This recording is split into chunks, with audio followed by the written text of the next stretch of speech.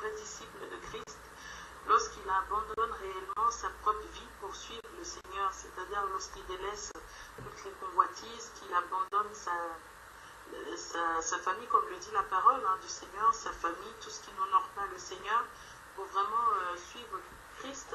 Quand il faut se positionner, il se positionne toujours pour le Seigneur avant de regarder aux choses du monde. Et je voulais avoir l'avis de mes frères là-dessus. Qu'est-ce qu'ils en pensent? Parce que moi, selon ce que je lis dans la parole, je suis d'accord avec ce qu'il dit, que le vrai disciple du Seigneur, on le reconnaît par sa manière de vivre, par ses choix, les choix qu'il fait. Mais après, je voulais aussi avoir l'avis des frères pour savoir ce qu'ils en pensent.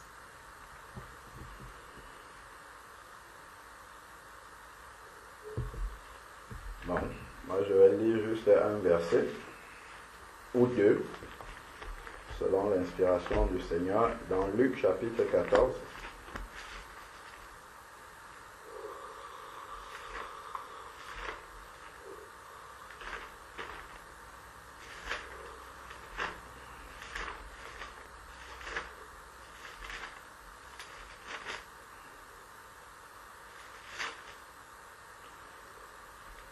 Luc chapitre 14, pardonnez-moi, ça va pas être un verset. Je serai obligé de lire le contexte pour qu'on comprenne. Dans Luc chapitre 14, à partir du verset 25,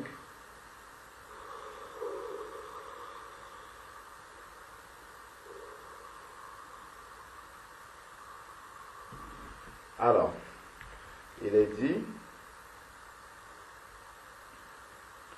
de grandes foules faisaient route avec Jésus.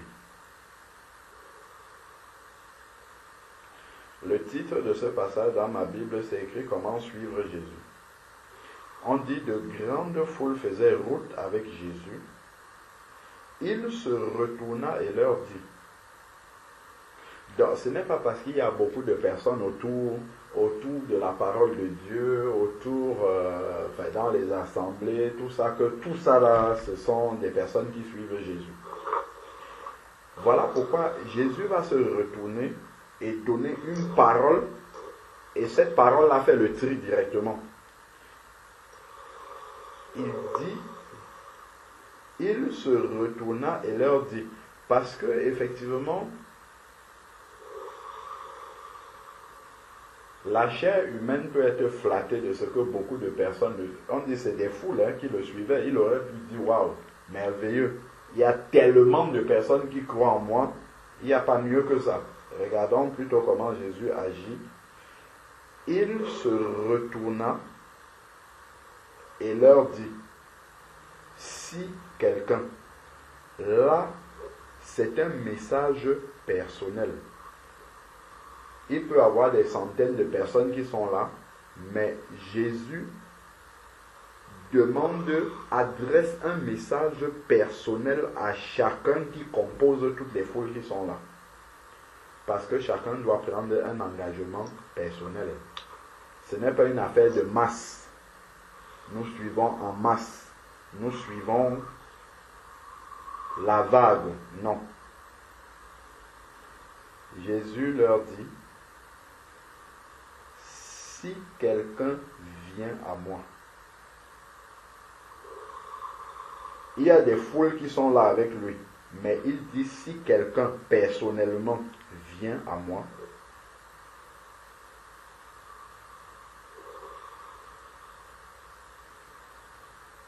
et s'il ne hait pas son père,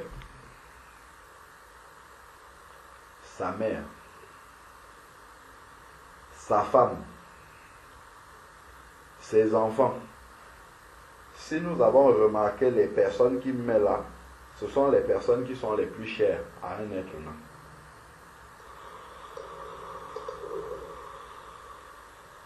Le père, la mère, la femme, les enfants, les frères. Bon, là, on a fait le tour des relations les plus proches. Maintenant, la propre personne même, sa propre vie. Il parle de sa volonté. Si quelqu'un ne hait pas tout cela, il ne peut être mon disciple. Il peut essayer, il peut faire semblant, il peut faire des choses qui voilent les yeux des autres, mais le Seigneur dit qu'il ne peut pas être son disciple. Jamais.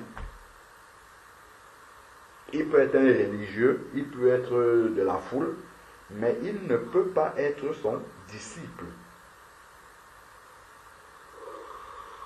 Donc ça, c'est la condition que Jésus pose pour être son disciple. Bon. Si nous gardons un doigt dessus, j'avais dit un verset, mais pour expliquer ça, je suis obligé d'aller lire ailleurs. Donc, excusez-moi encore, mais pour que ça soit compréhensible, je suis obligé d'aller lire ailleurs. Donc, allons prenons par exemple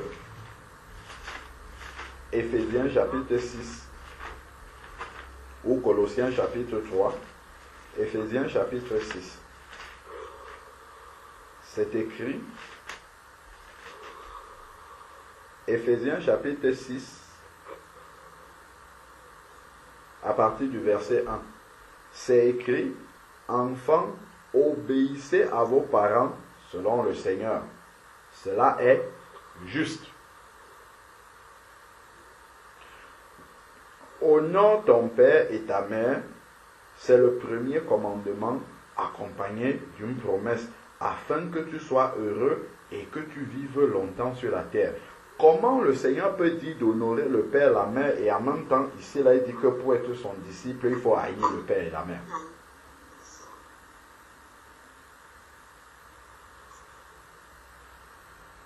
Cela peut sembler bien contradictoire. Le mot haïr qu'on a ici, il faut comprendre ce que ça signifie. Je crois que tout le monde a compris ce que ça signifie. Parce que c'est très simple. S'il ne hait pas son père, sa mère, ainsi de suite, jusqu'à sa propre vie, il ne peut pas être mon disciple. En fait, c'est que toutes ces personnes-là, il faut que le Seigneur se mette devant toutes ces personnes dans notre cœur.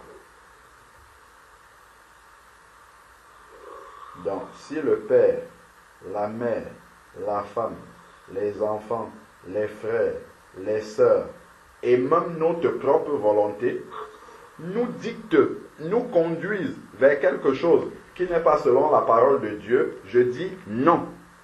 Et je fais ce que la parole de Dieu me dit. C'est ça que ça veut dire.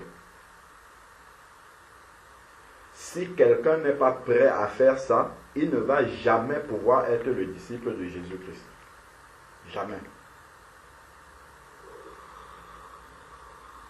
S'il n'est pas prêt à aller à l'encontre de toutes ces personnes, toutes les relations-là, pour obéir au Seigneur Jésus-Christ, c'est qu'il ne pourra pas être disciple de Jésus-Christ. Parce que bien souvent, le Seigneur va nous confronter. La marche du disciple va nous confronter à des situations où on sera opposé à son propre père. On va devoir prendre position pour le Seigneur. Ce que notre père ne partage pas, si notre père est encore vivant, ce que notre mère ne va peut-être pas partager, ce que nos frères ne vont peut-être pas partager, ce que nos sœurs, notre propre volonté ne va pas vouloir se plier aussi.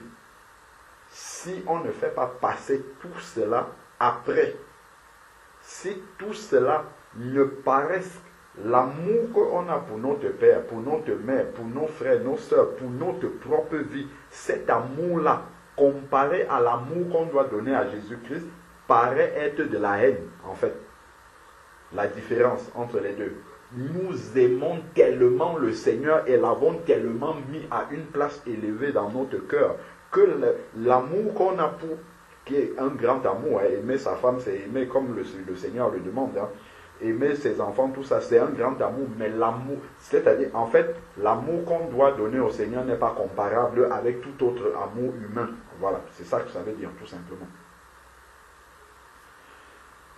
Donc, quand quelqu'un s'engage à suivre le Seigneur, il doit être prêt déjà à savoir que Si la parole de Dieu doit le séparer de son père, ce qu'on ne souhaite pas, il faut qu'il soit prêt à ça. Si cela doit le séparer de sa femme, de ses enfants, de sa propre vie, ses propres choix, ce que lui il aurait souhaité, la manière dont il se voyait dans sa vie, si le Seigneur a décidé d'autre chose, il faudra qu'il soit prêt. Dès le début, quand il s'engage avec Jésus-Christ, il faudra qu'il sache déjà qu'il peut être confronté à cette situation-là et qu'il est prêt. C'est ce que Dieu a fait à Abraham.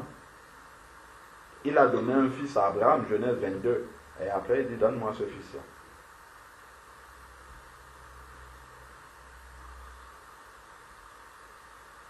Donc, le disciple, c'est quelqu'un qui se discipline déjà dans son cœur. Il a pris déjà la ferme décision que quel que soit ce qu'il y aura, contre vent et marée, contre toutes les personnes qui sont là, si ces personnes-là sont avec lui pour suivre Jésus, gloire au Seigneur, c'est la volonté de Dieu.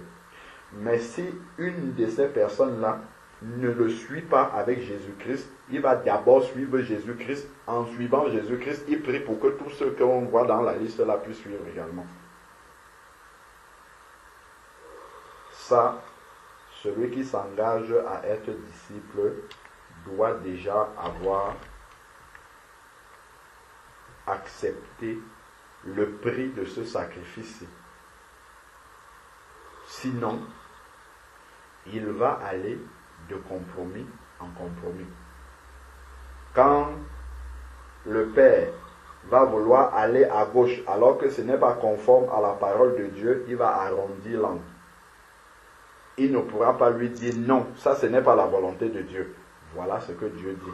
Il va arrondir.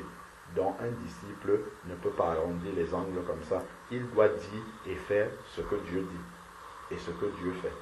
C'est ça qu'il doit faire. Si la mère veut aller dans l'autre sens, si la femme veut aller dans un sens qui n'est pas celui de Dieu, le disciple doit être prêt à lui dire, ça ce n'est pas la volonté de Dieu, voilà le chemin du Seigneur et c'est celui que je vais suivre. Je t'exhorte à venir avec moi sur cette route-là. Ce sont les choix que le disciple aura à faire toute sa vie, toute sa marche avec le Seigneur.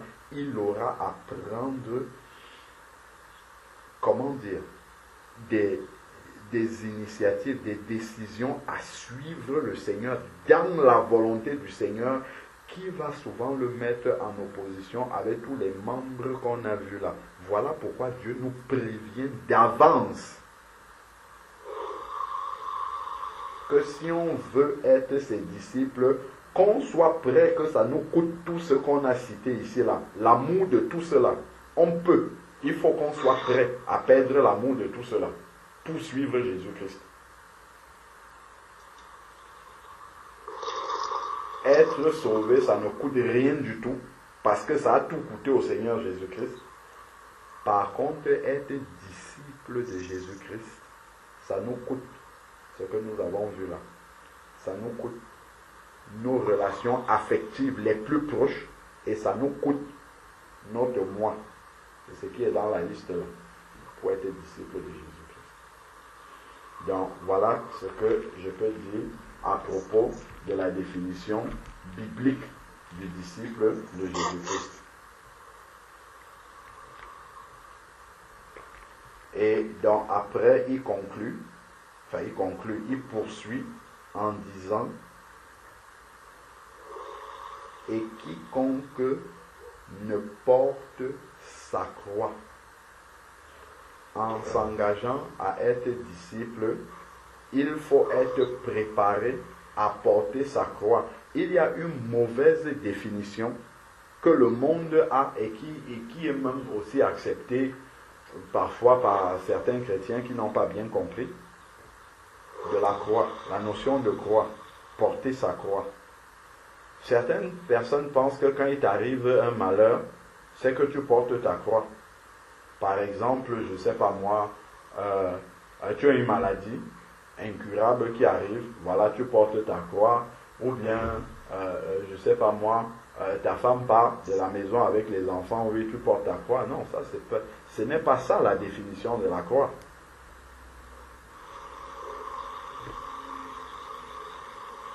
lorsque Jésus-Christ est allé à la croix, si nous regardons dans Matthieu chapitre 24, Matthieu chapitre 16, quand Jésus-Christ lui-même va commencer à dire à ses disciples, il faut, je vais lire le verset pour ne pas dire en l'air comme ça, prenons.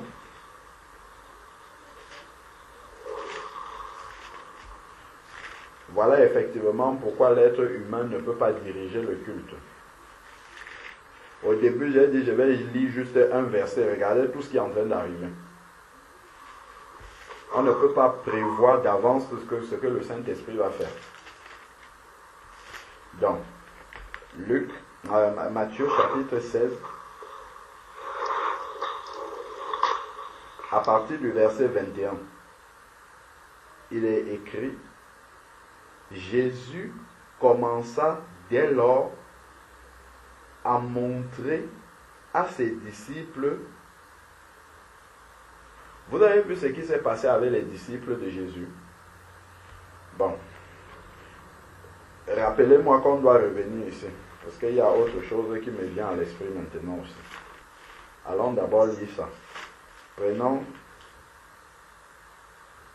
Matthieu, chapitre 4, verset 17. On va commencer par là, avant d'arriver à la croix, à expliquer porter sa croix.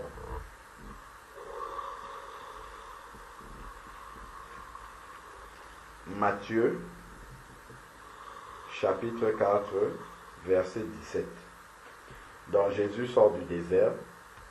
Dès lors, Jésus commença à prêcher, repentez-vous, car le royaume de Dieu est proche. C'est la première parole que Jésus a prononcée quand il a commencé son ministère. Repentez-vous, car le royaume de Dieu est proche. Renoncez à votre ancienne vie afin de pouvoir hériter du royaume des cieux. Ça, c'est le début. Au bord de la mer de Galilée, il vit deux frères, Simon, appelé Pierre, et André, son frère, qui jetaient leur filet. Ils étaient en train de travailler. Ils étaient dans leur activité gagne-pain, leur vie. Qu'est-ce qui s'est passé? En effet, ils étaient pêcheurs. Ils sont au travail. Voilà ce que Jésus va leur dire. Il leur dit, suivez-moi. Quelqu'un qui est en train de travailler, qui est en train de gagner son pain, Jésus arrive, il lui dit, suivez-moi, je vous ferai pécheur d'hommes. C'est une seule parole. Et regardez comment ils réagissent. Ils ne disent pas, attends d'abord, avant de te suivre, j'ai des choses à régler. Laisse-moi aller voir mon père pour lui dire que maintenant je vais maintenant marcher avec toi. Laisse-moi aller voir ma femme. Laisse-moi aller annoncer à mes enfants que je... Aussitôt, il laissait, Pierre était marié, hein, attention. Aussitôt, il laissait les filets et le suivit. Dès que Dieu leur a révélé quelque chose, Dieu te révèle quelque chose, aussi promptement tu obéis, peu importe si les autres vont venir après, ils viendront après, mais toi promptement déjà tu obéis. C'est comme ça qu'un disciple doit être prêt à s'engager aussitôt. Ils ont fait la volonté du Seigneur. Il va plus loin maintenant. Ils laissèrent leur filet. C'est-à-dire qu'ils ont laissé ce qui était leur identité d'avant. Ils ont renoncé à eux-mêmes. C'est ça en fait ici. Parce que pécheurs, c'était eux-mêmes. C'était leur vie. Ils ont abandonné leur ancienne vie, ce qu'ils étaient jusque-là. Leur subsistance même, ils ont laissé ça pour faire confiance au Seigneur. Attention, regardez ici. Ils ne demandent pas au Seigneur, maintenant que nous laissons la pêche là, est-ce que tu sais que c'est les poissons là qui nourrissaient notre famille? Est-ce que tu sais que c'est la vente de cela qui nourrissait, nous permettait de boucler nos fins du mois? Non, ils n'ont posé aucune question au Seigneur et ils l'ont suivi par la foi. Leur lendemain, leur ainsi de suite, leur famille, comme on va marcher avec toi maintenant, qui prend soin de nos familles? Ils n'ont posé aucune question par rapport à ça. Tonton Nicanor, ton micro est ouvert, s'il te plaît. Donc, ils n'ont posé aucune question au Seigneur par rapport à leur devenir. La seule chose qu'ils savaient, c'est qu'à l'instant, si on a rencontré le Messie et la suite de notre vie dépend de ça. Ils sont partis promptement, aussitôt. Voilà comment un disciple véritable qui veut achever la course, c'est de cette manière-là que dès le début, il doit s'engager. On voit que là, ils ont coupé net avec leur être, ce qu'ils étaient, tout ce qu'ils étaient avant, ils ont laissé, et ils sont partis par la foi pour la suite. Continuons, il y a un autre cas. Verset 21. En allant plus loin, il vit deux frères, Jacques, fils de Zébédée, et Jean, son frère, qui étaient dans la barque avec, là il y a quelqu'un en plus. Zébédée, ce n'est pas n'importe qui, leur père.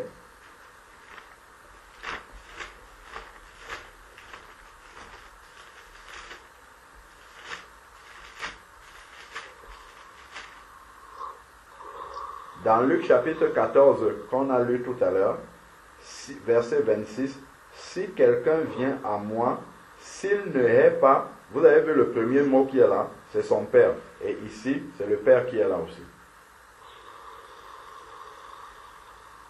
Et voilà un exemple qui va montrer quand Jésus parle de s'il ne hait pas son père. Regardez ici.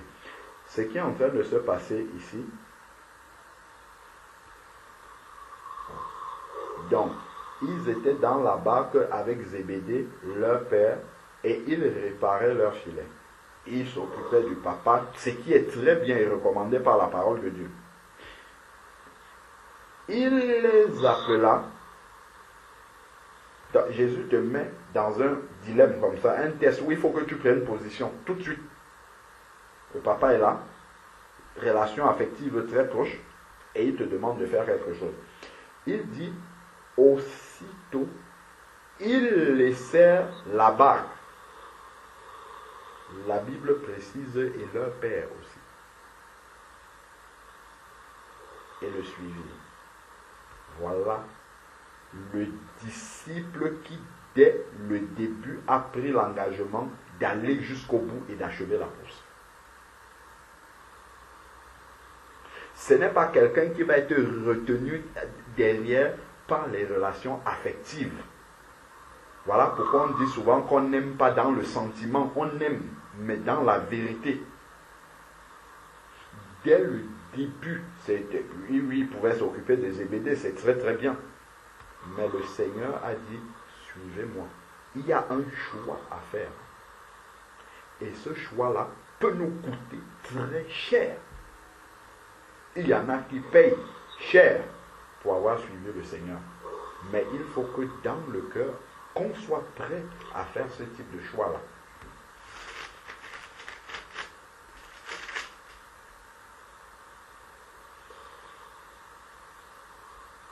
Alors,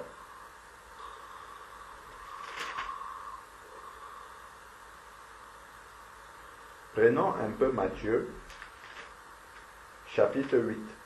Matthieu, chapitre 8.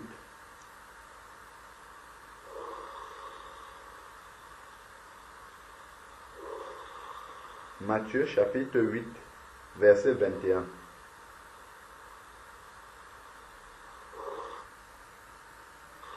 Un autre parmi les disciples lui dit, Seigneur, permets-moi d'aller d'abord ensevelir mon père. Ce qui est très bien. Mais Jésus lui répondit, suis-moi et laisse les morts ensevelir leurs morts. Ce sont des paroles fortes quand même. Hein? Quand on voit ça, on pense que on voit ça avec de manière physique. Mais ça, ce sont des images spirituelles en fait.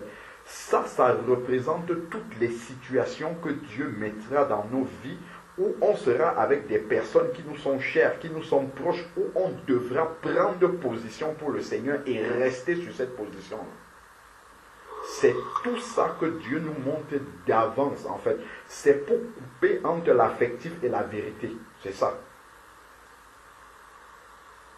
Les relations affectives les plus proches que le Seigneur nous recommande même d'entretenir, nos pères, ça ne doit absolument pas nous amener, nous compromettre par rapport à l'obéissance à la volonté du Seigneur. Toi, suis-moi. Laisse les morts ensevelir leurs morts. Ceux qui sont morts spirituellement, laisse-les s'affairer autour de la mort physique. Ça les concerne là-bas. Mais le royaume, c'est pour les vivants. Viens travailler pour les vivants. Retournons dans Matthieu 16. C'est de là que nous sommes partis. On a fait une petite parenthèse pour montrer comment les disciples qui ont achevé la course, la Pierre, Jean, Jacques, ainsi, comment est-ce qu'ils ont commencé? Parce qu'il y avait un choix clair pour eux. Ils ont coupé net avec leur ancienne vie et ils n'ont pas regardé à leur filet. Ils n'ont pas dit, Jésus, attends, on va prendre un petit morceau de filet, on va partir avec. On ne sait jamais, on peut trouver la mer devant là-bas. On va lancer les filets, ça va nous aider à pêcher du poisson pour manger sur le chemin. Non, ils ont laissé leur filet là. Toute l'ancienne vie, rien ne servait plus à... Ils ont tout laissé et ils sont partis. Sans rien de l'ancienne vie. Ils ont tout laissé et ils sont partis avec le Seigneur. Ils ont laissé les relations affectives, ce qui les retenait. Ça aussi, le Père, il est resté et eux, ils sont partis avec le Seigneur pour faire sa volonté. Matthieu chapitre 16, nous étions là. On parlait de la croix, la définition biblique. Quand on dit que quelqu'un porte sa croix, qu'est-ce que ça signifie? On a compris déjà que ce n'est pas un malheur qui nous arrive de je ne sais où et qu'on subit. Et ça, on va le comprendre davantage avec ce passage. Donc, nous sommes dans Matthieu chapitre 16, verset 21. Matthieu 16, verset 21. Jésus commença dès lors à montrer à ses disciples. Pour être disciple, souvenons-nous de Luc 16, il a commencé par dire qu'il faut haïr le père, la mère, ainsi de suite. C'est-à-dire que ceux-là doivent passer loin derrière la volonté du Seigneur.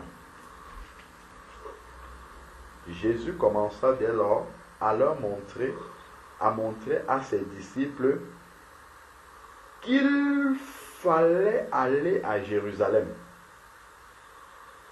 souffrir beaucoup de la part des anciens. Il fallait aller à Jérusalem. C'est une nécessité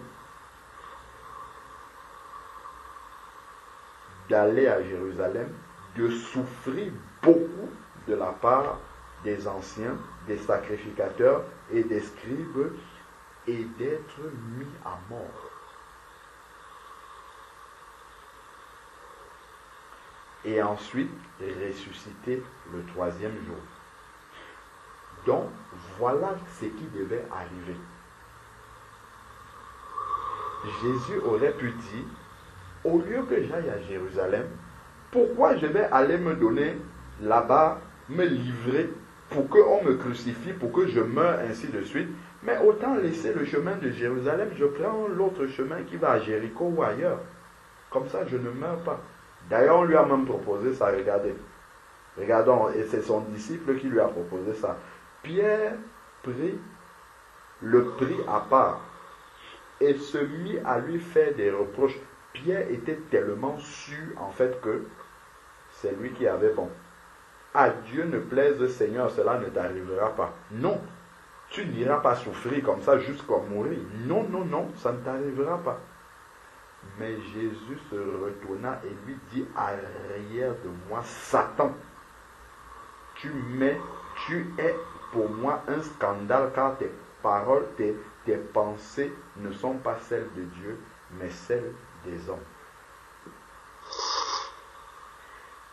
C'est à la suite de ça, et on va comprendre le lien avec porter sa croix. C'est à la suite de ça que Jésus dit, si quelqu'un, alors Jésus dit à ses disciples, si quelqu'un veut venir après moi, qu'il renonce d'abord à lui-même.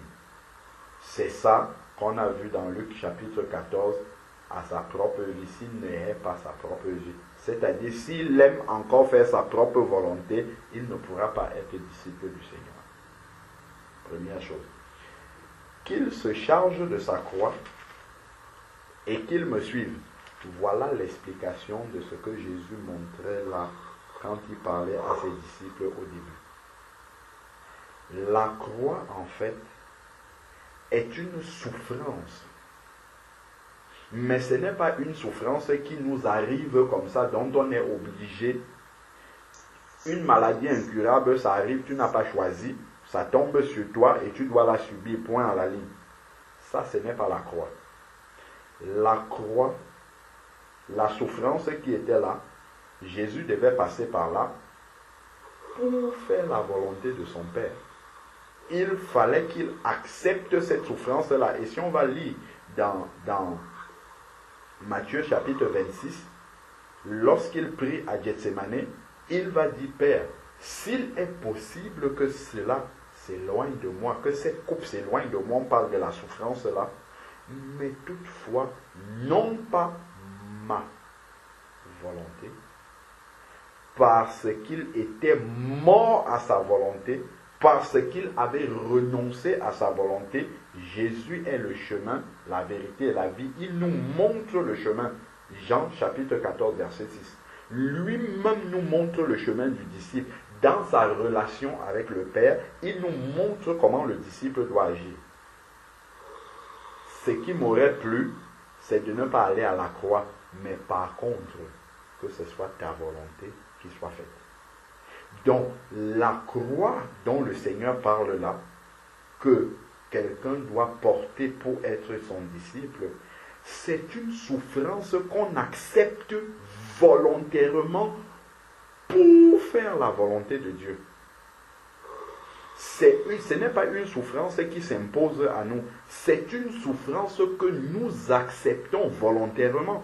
Par exemple, tu seras injustement traité et tu vas renoncer à te défendre.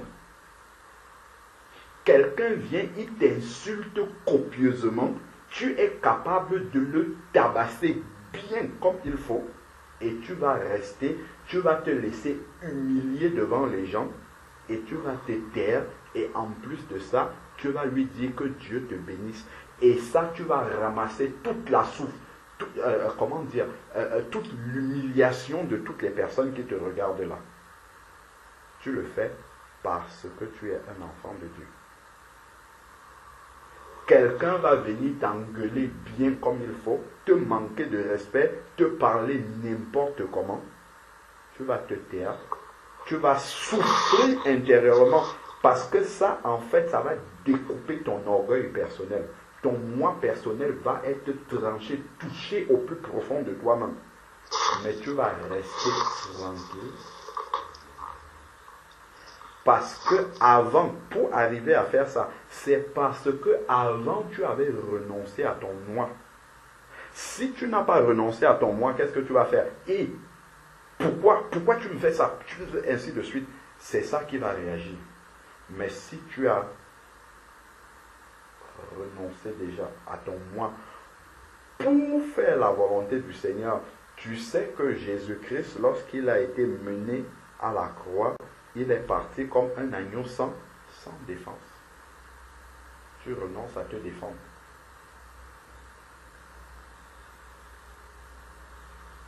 Et tu vas laisser. Je ne sais pas, je suis une femme, je gagne 8 fois plus que mon mari, je peux l'écraser à la maison comme je veux, il ne peut rien dire parce qu'il ne ramène rien à la maison. Le Seigneur a dit, femme, sois soumise à ton mari. Je vais me soumettre, j'ai 10 fois plus de diplômes que lui.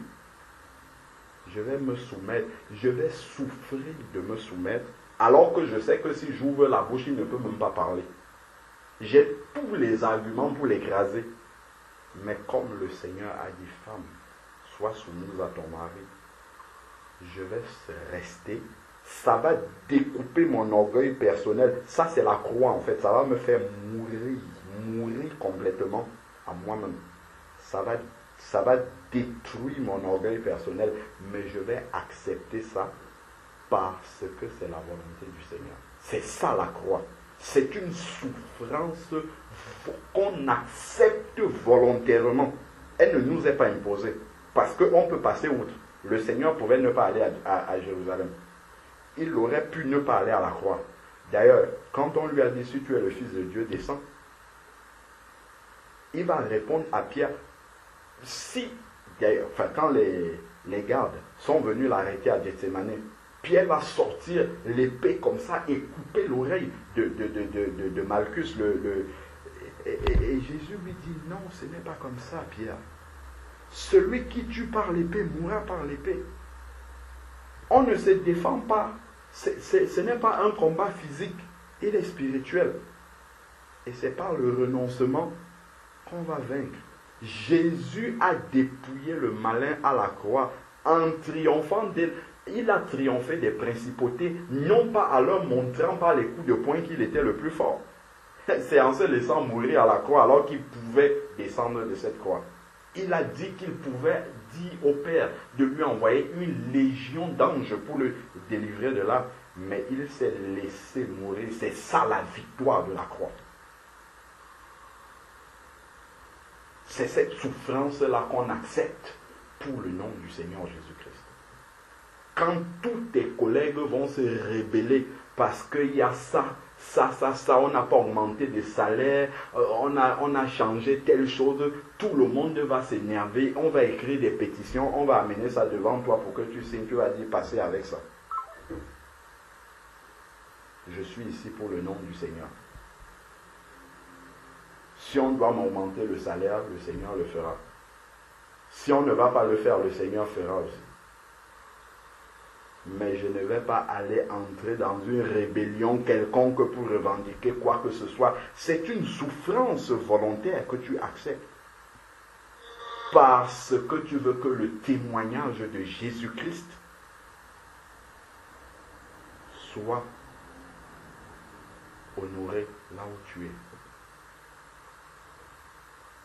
C'est tout cela la croix en fait.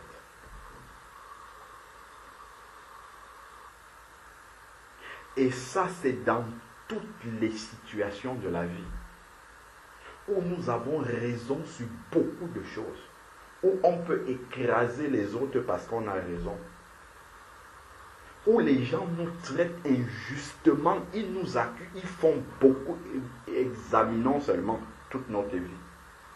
Mais comme Christ, parce que Christ vit en nous et que Christ est mort à la croix, nous aussi nous portons les marques de la mort en nous-mêmes.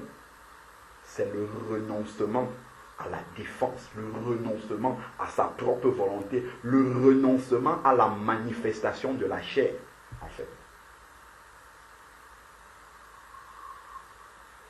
C'est ça le vrai disciple, ma sœur.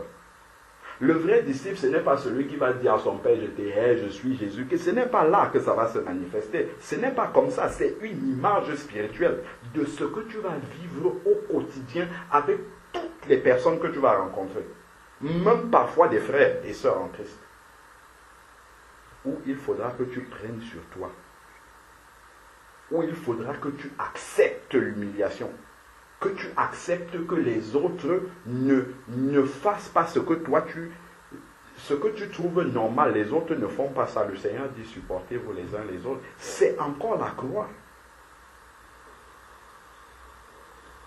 Tu vas passer le temps à appeler, à écrire à quelqu'un. Il ne pense jamais à toi. Il ne te rend jamais l'ascenseur. Mais tu vas continuer à le faire.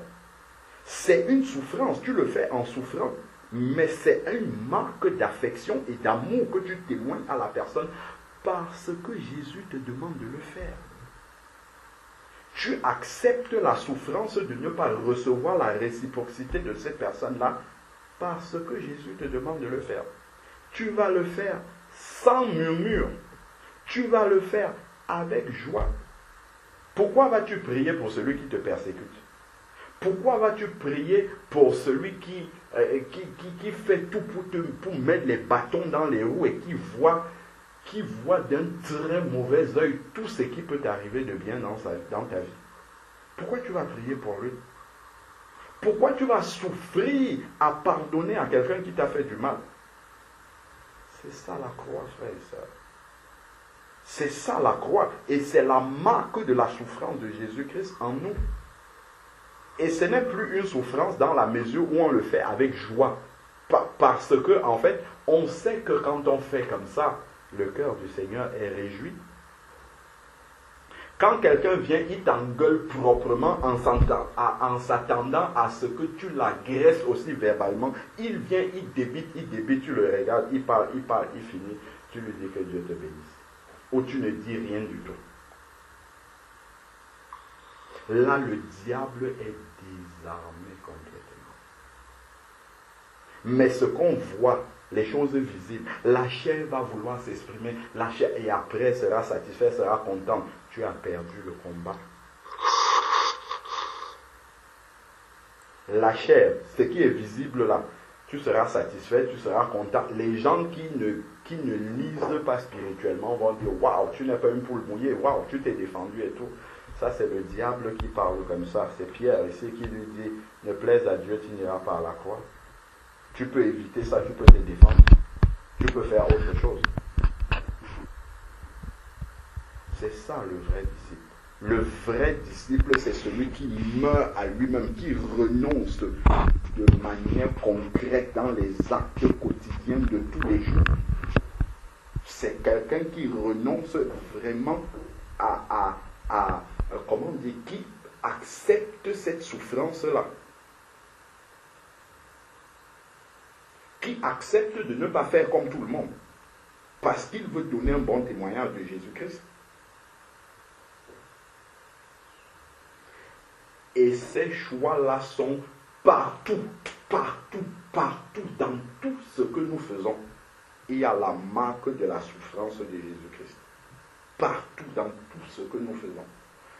Parce que le souci du disciple partout où il est, c'est de laisser le parfum de bonne odeur de son maître.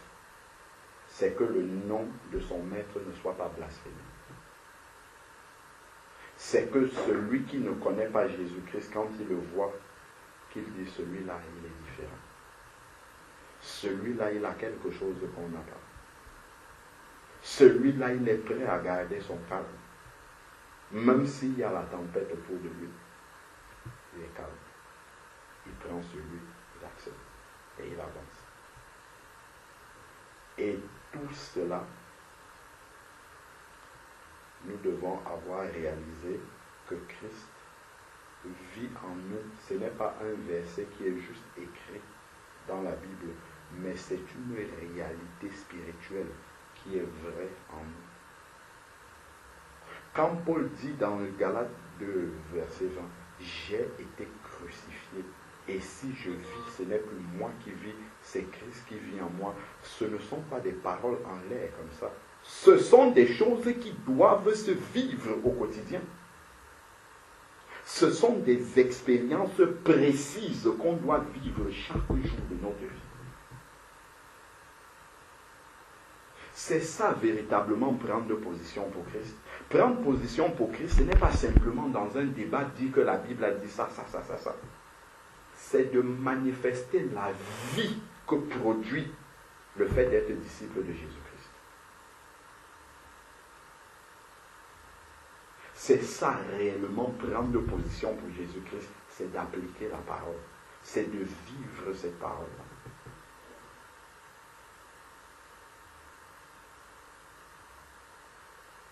C'est de demander pardon, même quand tu sais que, bon voilà, tu aurais pu ne pas demander pardon. Au travail, souvent, ça arrive dans plein de choses. Tu demandes pardon aux gens. Personne ne fait ça. Oh, tu sais, tu aurais pu ne pas demander pardon, tu tiens à demander pardon. Parce que là, même si personne n'a vu que tu aurais pu faire mieux, que tu aurais, tu aurais dû faire autrement, mais comme toi, devant le Seigneur, tu sais que tu ne travailles pas parce que tu as un salaire à la fin du mois, tu travailles, c'est écrit que l'employé doit travailler comme pour son maître, comme pour le Seigneur Jésus-Christ, même devant les chefs humains là. Donc tu vas répondre à ton chef humain comme si c'est le Seigneur qui contrôlait ce que tu fais. C'est ça la vérité. Et ça, c'est une souffrance. Parce que tu peux faire comme tous tes collègues. Tu peux envoyer pour mener les chefs, on ne va rien te faire. Mais tu ne vas pas faire cela.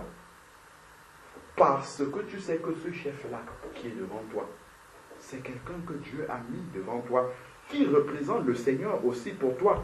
Parce que Dieu t'apprend à obéir au travers de ton chef humain. En fait, quand tu lui obéis, tu apprends à obéir au Seigneur. C'est pour ça que Dieu l'a mis là. Même l'État, parfois, tu peux avoir envie de les envoyer promener en grillant tous les feux rouges, en ne respectant pas les limitations de vitesse, en passant, ne respectant rien sur le code de la route. Tu peux faire comme tout le monde. Mais pourquoi tu vas prendre le temps de t'arrêter parce qu'un feu est rouge et ne pas passer?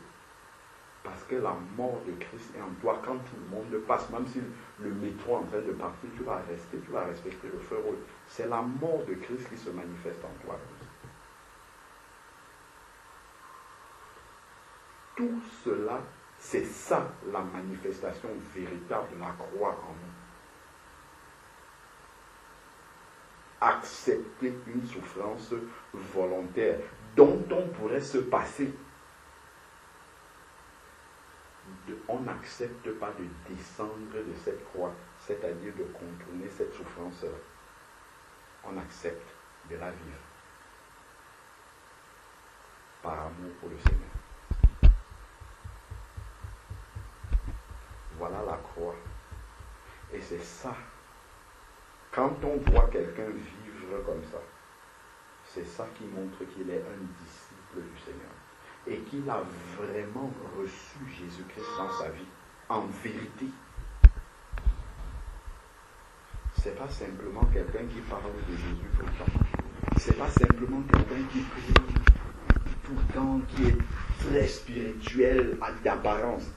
Ce n'est pas là que tu vois le véritable disciple. Le véritable disciple, tu le vois quand la souffrance arrive comme ça pour le nom de Jésus-Christ et qu'il accepte de vivre cette souffrance. Et il la vit dans la joie parce qu'il sait que son maître dans le ciel est réjoui quand il le voit agir comme ça. C'est là qu'on voit le vrai disciple. D'après les définitions du disciple que nous lisons là dans la Bible. C'est celui qui dit « J'irai à Jérusalem pour mourir. J'irai à tel endroit. Je ne vais pas renoncer parce que je vois la souffrance arriver. Je vais aller affronter cette souffrance-là parce que le nom du Seigneur sera glorifié. Je vais accepter cette souffrance-là parce que ça va manifester la vie du disciple. La vie de Christ dans le disciple va se manifester au travers du fait que je vais accepter la souffrance qui va m'être imposée et que les païens ou même ceux qui sont même chrétiens à côté de moi, quand ils vont voir ça, ils vont dire que Christ vit réellement parce que je l'ai vu vivre dans cette personne qui est là devant moi. Quand je vois ce qu'elle vit, quand je vois ce qu'elle accepte, quand je vois à quel point cette personne-là renonce à elle-même, diminue, devient petite, se fait petite, je reconnais qu'il y a vraiment un Seigneur. Parce que cette personne-là, elle a les arguments pour se mettre au-dessus de tout le monde. Mais ce n'est pas ça qu'elle fait. Elle est petite. Elle a accepté de prendre cette position-là. Et qu'on la piétine, qu'elle soit comme une serpillère. Nous sommes des balayus du monde, l'apôtre Paul nous dit. C'est ça, le disciple du Seigneur. C'est ça, véritablement, la marque du disciple. Paul disait, je porte dans ma chair les marques de Christ. C'est ça, les marques de la souffrance de Christ. J'achève dans ma chair ce qui manquait aux souffrances de Christ. C'est ça, c'est ce renoncement. C'est ça véritablement. Et le Seigneur, dès le début de notre marche, commence déjà par mettre le doigt dessus en disant, attention, la vie avec moi, c'est la croix.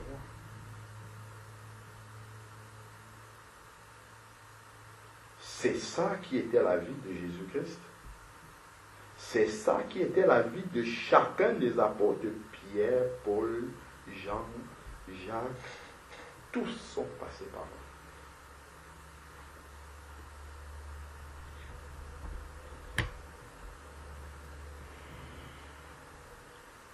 Donc, vraiment, soyons prêts.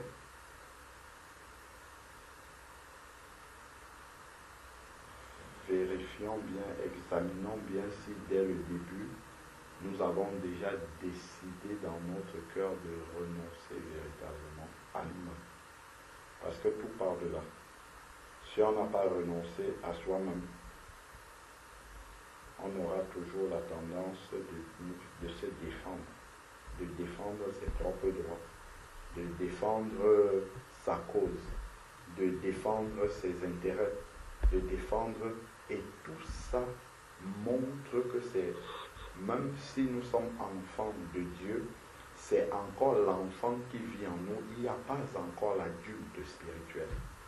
Il n'y a pas encore la personne mature. Parce que pour aller à la croix, comme Jésus dit là, au point où Satan lui propose d'éviter la croix en te proposant un compromis, mais il dit, je vais y aller pour mourir. Ça, il faut être un disciple adulte. Et c'est là que ça se voit, véritablement. C'est là que nous mesurons notre croissance réelle en Christ. La croissance, ce n'est pas la connaissance de la parole de Dieu, parce que la connaissance peut enfler. Mais la maturité même du disciple en nous ne suit pas. Ce que le Seigneur voudrait, c'est que la maturité spirituelle dans la connaissance des Écritures grandisse en même temps que nous manifestons la vie même de Christ, la nature même de Christ, cette croix-là, qu'elle soit de plus en plus grande en nous. Le don de soi-même. Donc, c'est vraiment tout cela que nous devons comprendre par rapport à la croix, sans laquelle on ne peut être disciple de Jésus-Christ. Amen.